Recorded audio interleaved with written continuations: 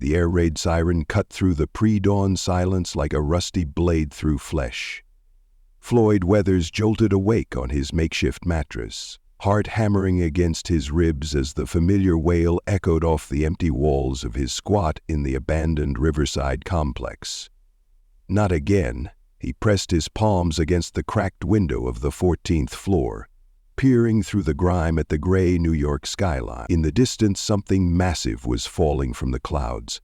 A metallic behemoth wreathed in flames and trailing smoke like a dying comet. The junk titan hit the ground somewhere in Midtown with a thunderous crash that shook the entire building, rattling his teeth and sending a cascade of plastered dust from the ceiling. Floyd had seen this dance before. First came the Titans, alien death machines that dropped from the heavens without warning or reason. Then came the government's response. Titan killers in their black armor, monster tamers with their grotesque gene-edited beasts, and enough propaganda to convince the sheep that everything was under control. But Floyd knew better. He'd lived through 3 Titan drops in his 16 years, and each time, whole city blocks vanished into craters. Each time, the government cordoned off the area and declared it successfully contained. Each time, more people disappeared than the official casualty reports claimed. The siren changed pitch. 3 long blasts followed by 2 short ones. Mandatory evacuation. Floyd snorted. Evacuation to where? The processing centers where people went in but never came out? The temporary shelters that became permanent graves? He grabbed his worn leather jacket and the rusted toolbox that contained everything he owned. A small pouch of silver scraps. 3 genuine constitutional silver dollars from before the currency collapse of 2543. Some canned food, his father's old welding torch, and a photograph of his parents before the government relocated them to the New Jersey agricultural zones. The silver was his real treasure, untraceable, untracked, and still accepted by the few merchants who valued freedom over government surveillance. Credits were for sheep who didn't mind having every transaction monitored.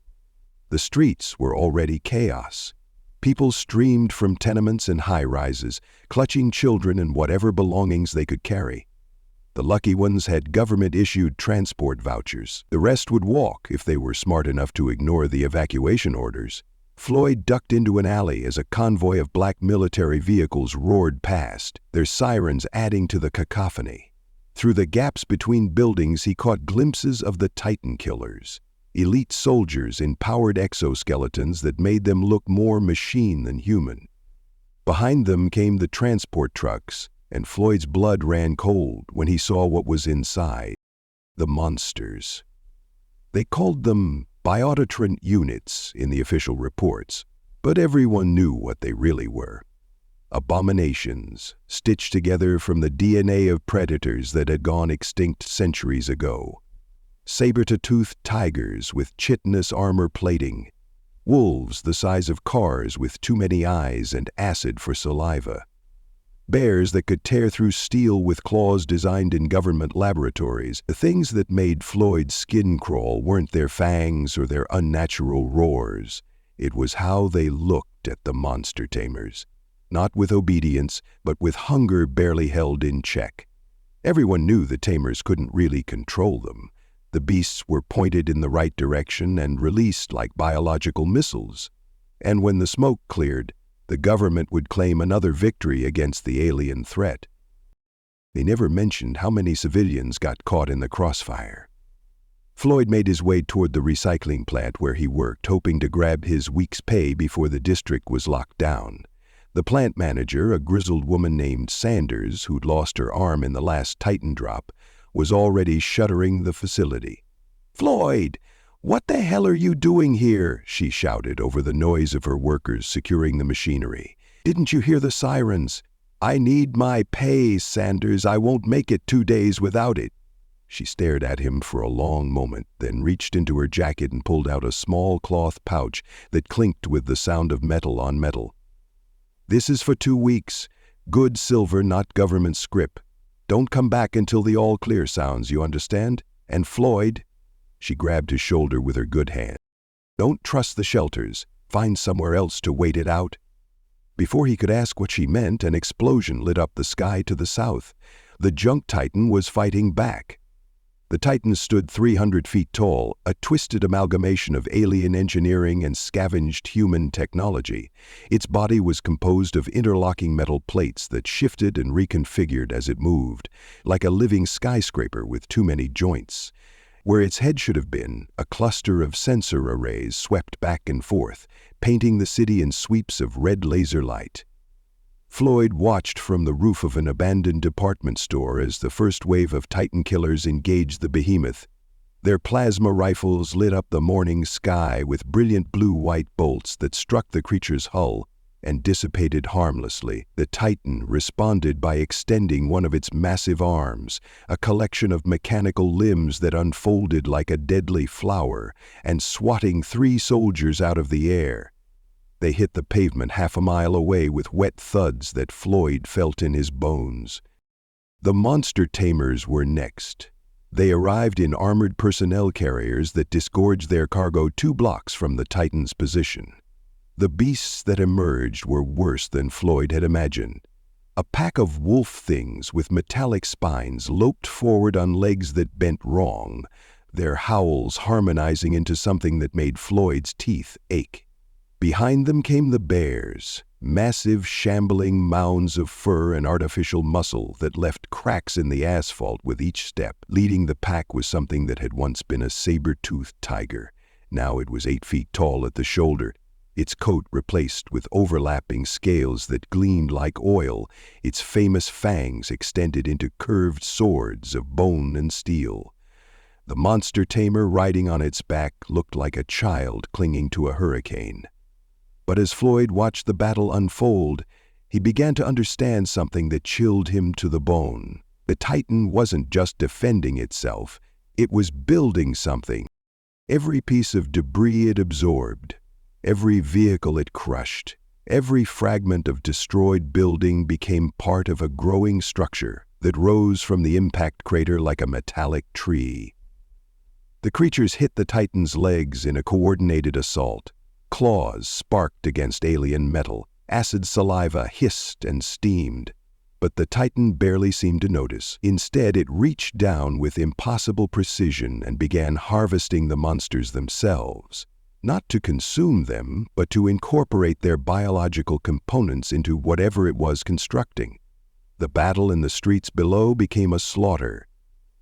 Government forces found themselves fighting not just the Titan, but the very ground beneath their feet as the alien machine transformed concrete and steel into extensions of itself. Buildings began to dissolve at the molecular level, their materials flowing like liquid metal toward the growing alien construct. Floyd watched in horror as entire city blocks simply vanished, their mass incorporated into structures that defied human understanding. The Titan wasn't just destroying the city, it was rewriting it, turning Manhattan into something alien and incomprehensible. A shadow fell across the rooftop.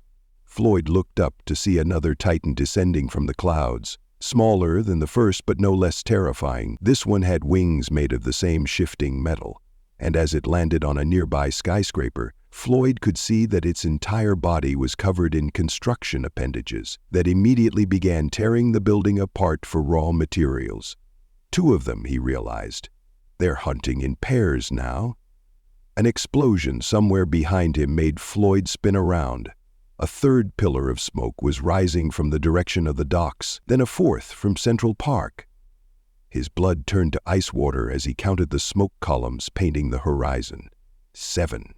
7 Titans had fallen on New York City in a single morning. This wasn't a random attack. This was construction day. The government's response collapsed within hours. Floyd watched from his rooftop perch as the last organized resistance crumbled under the weight of the Titan's relentless building project. Every structure they consumed became raw material for their expanding constructions. Every vehicle they absorbed became components in machines that served purposes Floyd couldn't begin to understand. The Titan that had landed in Midtown was now easily 400 feet tall, its body swollen with absorbed materials. Chunks of buildings, overturned cars, and pieces of military equipment had been integrated into a growing spire that reached toward the sky like a metallic finger. When it moved, Floyd could hear the screams of car alarms and emergency broadcasts, still transmitting from deep within its structure. But it wasn't the growth that terrified him most. It was the purpose. These weren't random alien invaders. They were terraforming engineers, reshaping Earth's cities into something that would serve their species' needs. Each Titan was a living construction site, turning human civilization into the foundation for something utterly inhuman. Floyd's stomach growled, reminding him that he hadn't eaten since yesterday. He'd been so focused on the transformation of his city that he'd forgotten basic survival. The power grid had failed hours ago, and with it went the refrigeration systems that kept food fresh in the abandoned stores below. If he was going to eat, he needed to scavenge now before everything spoiled. He made his way down the emergency stairs, avoiding the elevator shaft where something had been making scratching sounds for the past 30 minutes. The department store's lower level had been cleaned out years ago. But Floyd knew how to find the hidden caches that other scavengers missed. Behind a false wall in the old employee break room, he found a case of military rations that someone had stashed and forgotten. The expiration date was 3 years past, but Floyd had eaten worse. He was prying open the first package when he heard voices echoing through the store. Floyd froze, listening carefully. 3 people, maybe 4, moving through the main sales floor. Their footsteps were too quiet, too careful. These weren't panicked civilians. "Signals definitely coming from this building," a woman's voice said. "3rd floor, northeastern corner." "Could be a trap," replied a man with a slight accent Floyd couldn't place. "The Titans are learning to mimic human communication. Then we investigate carefully. But if there's a survivor up there, we need to find them before the next construction wave hits." Floyd grabbed his toolbox and the remaining rations, then slipped out through the loading dock. Whatever those people wanted, he didn't have time to find out. The smart move was to keep moving, stay ahead of both the Titans and anyone else who might be hunting in the ruins. But as he stepped into the alley behind the store, Floyd found himself staring at something that made his blood freeze. The Titan that had been working on the Midtown spire had extended its influence this far, sending out mechanical tendrils that burrowed through the streets like metallic roots. The entire neighborhood was being slowly consumed, building by building, as the alien machine expanded its construction project. Floyd watched in fascination and horror as a nearby apartment complex began to dissolve, its bricks and mortar flowing like liquid toward the nearest tendril. The people inside didn't even have time to scream. The process was too fast, too complete. One moment they were there, the next they were simply part of the growing alien structure. This was worse than invasion. This was replacement. Floyd turned and ran, but everywhere he looked, the city was changing. Streets twisted into impossible geometries as the Titans reshaped the urban landscape to serve their needs. The familiar grid pattern of Manhattan gave way to organic curves and spiraling ramps that led to structures that hurt to look at directly. He ducked into the entrance to the old subway system, the tunnels offering the only refuge from the transformation above. The metal grating that blocked the entrance had been cut away years ago, and Floyd slipped through gratefully, descending into the familiar darkness. But even here the changes were visible. The tunnel walls showed stress fractures where the Titan's construction work had shifted the bedrock beneath the city. Water dripped from cracks that hadn't been there a day ago, and the air carried the smell of ozone and something metallic that made Floyd's sinuses burn. After 20 minutes of careful navigation, he reached one of the old maintenance stations, a small chamber carved out of the bedrock beneath Manhattan. Someone had turned it into a makeshift shelter, complete with battery-powered lights, a water filtration system, and walls lined with canned goods and medical supplies. Floyd wasn't alone.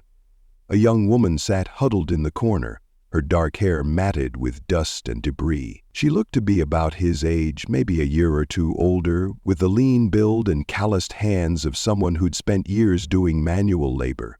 Her clothes were the kind of durable work gear that didn't come cheap. Whoever she was, she'd had resources before the world ended.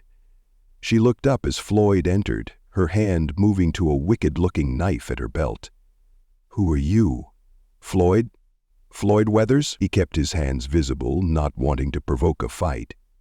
"I'm just looking for somewhere to wait out the chaos up there." "You see what they're doing?" She gestured vaguely upward.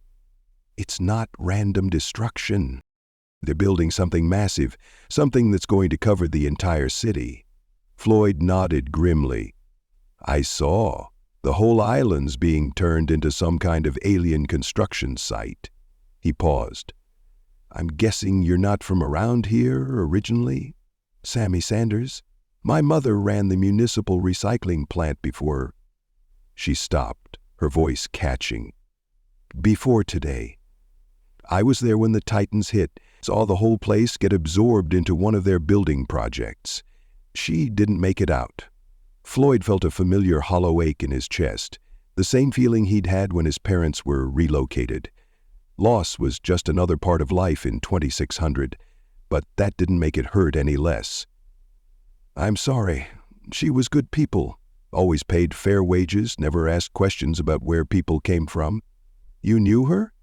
"Worked for her on and off for the past year. She told me not to trust the shelters." Floyd pulled Sanders's pouch of silver from his pocket, the metal coins clinking softly. "Gave me this before the attack started. Said it was for 2 weeks' work." Sammy's eyes fixed on the silver with hungry intensity. "Constitutional silver?" "Some of it." "Why?" "Because that's real money, not government script that can be tracked and canceled." She reached into her own pack and produced a similar pouch. "Mom taught me to save the old coins. Said they'd be worth more than credits when the system finally collapsed." As if summoned by her words, a distant rumble shook the tunnel around them. Dust rained from the ceiling, and Floyd could hear the sound of shifting metal somewhere above. The Titans were expanding again, their construction projects growing larger and more complex by the hour. "We can't stay here," Sammy said, already stuffing supplies into her backpack. "The whole underground system is going to collapse when they start building the deep foundations." "Deep foundations for what?" "I don't know. But whatever they're constructing, it's big enough to require support structures that go all the way down to the bedrock." She hefted her pack and checked her knife. "There's a resistance group operating out of the old subway yards in Queens.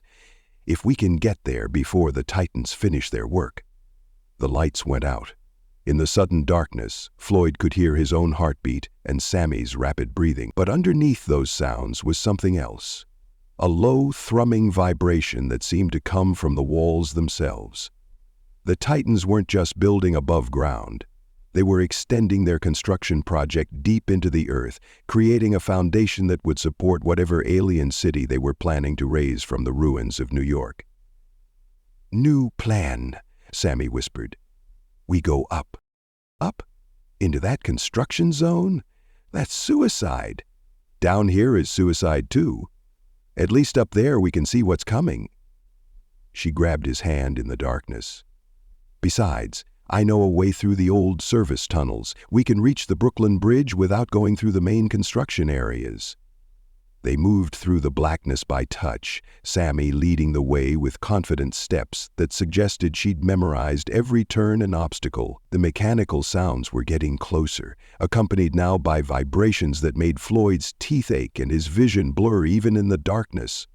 They emerged from a maintenance hatch in the shadow of the Brooklyn Bridge, or what had been the Brooklyn Bridge before the Titans started modifying it. The familiar suspension cables had been replaced with organic-looking supports that pulsed with internal light, and the roadway itself had been reshaped into a flowing ramp that led toward the massive construction rising from downtown Manhattan. Floyd stared up at the alien architecture with a mixture of awe and terror. The Titans had built something that defied human understanding. A city-sized structure that combined the worst aspects of organic growth and mechanical precision. Spires twisted into the sky like metallic DNA, connected by bridges that seemed to move and shift as he watched. And everywhere he could see the Titans themselves, still working, still building, still transforming his world into something that would serve their incomprehensible needs. "Jesus," he whispered. How do we fight something like that? Sammy was already moving, leading him toward the Queen's side of the river. We don't fight it, we survive it. We find others who survived it, and we figure out how to make sure there's still some part of Earth that belongs to humans when this is all over. As they crossed the transformed bridge, Floyd could see other survivors making their way through the ruins. Small groups of humans picking their way carefully through the alien construction zone, all heading in the same direction. The resistance was real, and it was bigger than just two teenagers with silver coins and stubborn hearts. Behind them, the Titans continued their work, reshaping New York into something that would never again be home to human dreams. But ahead of them, in the growing darkness beyond the city limits, Floyd could see lights, small, warm, defiantly human lights that promised sanctuary and the chance to fight back. The war for Earth's future had only just begun. Many thanks to my channel members and Pathfinders. You all make these videos possible. Thank you for listening to this story. I hope you enjoyed it. Be sure to leave this video a like and subscribe if you want to see more stuff like this. Video shares, memberships, and super thanks help the channel grow as well, so feel free to partner with this channel in that way as we grow. With that all said, thank you again for listening to the story, and thank you for your time. On the left side of your screen are some videos I think you might be interested in. I hope to see you in the next one.